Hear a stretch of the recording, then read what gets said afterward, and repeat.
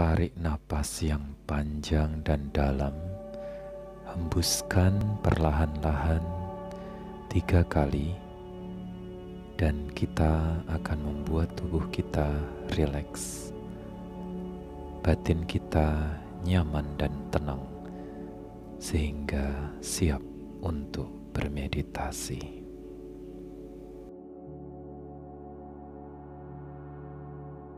Kemudian sadari tubuh Anda, apa yang sedang terjadi di tubuh Anda.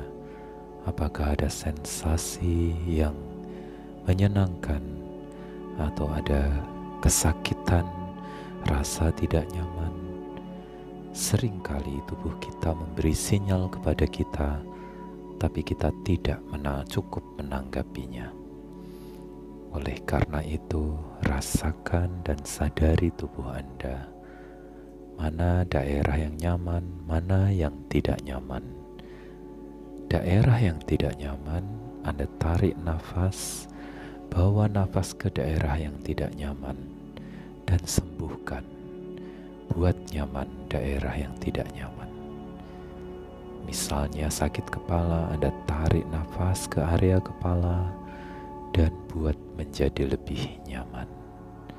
Kalau di dada atau di perut, tarik nafas ke sana, keluarkan, kemudian buat nyaman.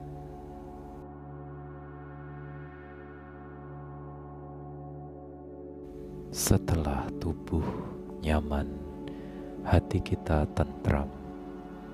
Sekarang pusatkan perhatian di rongga hidung atau di ujung hidung, dan mulailah menyatukan batin Anda dengan pergerakan napas yang alami. Napas yang masuk sepenuhnya kita sadar, napas keluar sepenuhnya kita sadar. Kalau kita merasakan napas masuk dan keluar dengan sepenuh, maka tubuh kita akan menjadi ringan, nyaman sekali, dan hati kita akan menjadi sangat jernih dan tenang. Lakukan pemusatan perhatian atau konsentrasi terhadap napas ini, sehingga batin kita menjadi sangat ringan dan tenang. Tubuh kita menjadi sangat nyaman. Tiap kali terdistraksi, katakan, saat ini saya sedang apa, maka kita akan kembali ke objek lagi. Kemudian, kalau sudah cukup, kita sekarang memperhatikan apapun juga yang muncul di tubuh kita. Sensasi menyenangkan, tidak menyenangkan, senyar, perasaan menusuk atau pegal di pinggang, sakit di sambungan-sambungan tulang. Kita semua sadari itu, lihat saja dan lepaskan. Atau kita melihat ke perasaan kita, ke batin kita, apa yang terjadi di sana. Kita hanya mengetahui apapun yang muncul, kemudian membiarkannya, let it be, dan kemudian let it go, kita lepaskan. Itulah kesadaran terhadap tubuh, kesadaran terhadap perasaan, dan kesadaran terhadap pikiran.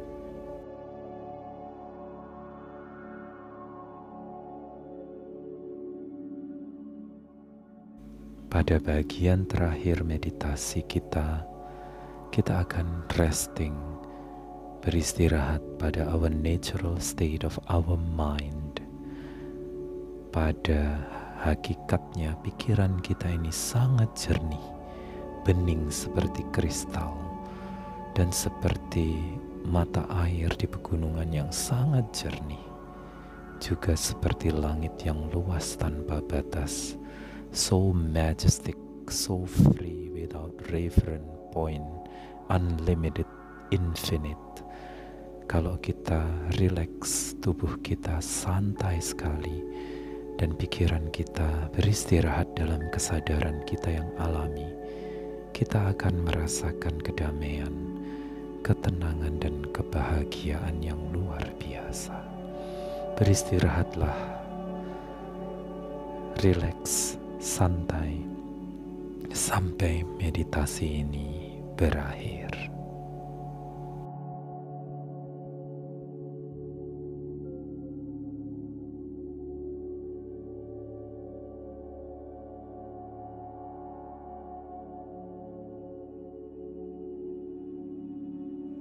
Apa itu meditasi? Itu ada 3 syaratnya. Salah satunya adalah tenang. Kita harus tenang dulu kalau mau meditasi. Itu yang pertama, harus stabil dan tenang. Kemudian yang kedua, konsentrasi. Konsentrasi ini berarti kan kita mengarahkan perhatian kita pada satu objek dan mengabaikan objek apa itu hal-hal yang lain. Itu namanya konsentrasi. Apakah itu mungkin? Kan susah sekali. Untuk awal susah, tapi kalau Anda latihan terus bisa. Dan kuncinya adalah kalau Anda mau meditasinya cepat berhasil, setelah tenang, itu seberapa cepat Anda memegang objek. Misalnya napas, yaitu jelas di batin Anda, begitu ketangkep, Anda stay terus di situ selama mungkin. Nah, itulah yang namanya konsentrasi. Tapi kalau yang meditasi ketiga tadi, yang kesadaran, ya Anda itu tidak fokus, tetapi apapun yang muncul di pikiran itu tidak dilawan, tidak dihentikan, tidak direpress, tetapi dilihat, diketahui. Jadi kemudian ya biarkan aja dia muncul, dan setelah itu biarkan aja dia berlalu gitu. Itu meditasi kesadaran. Dan yang terakhir resting. Resting itu istirahat dengan rasa, dengan tenang gitu. Meditasinya seperti itu.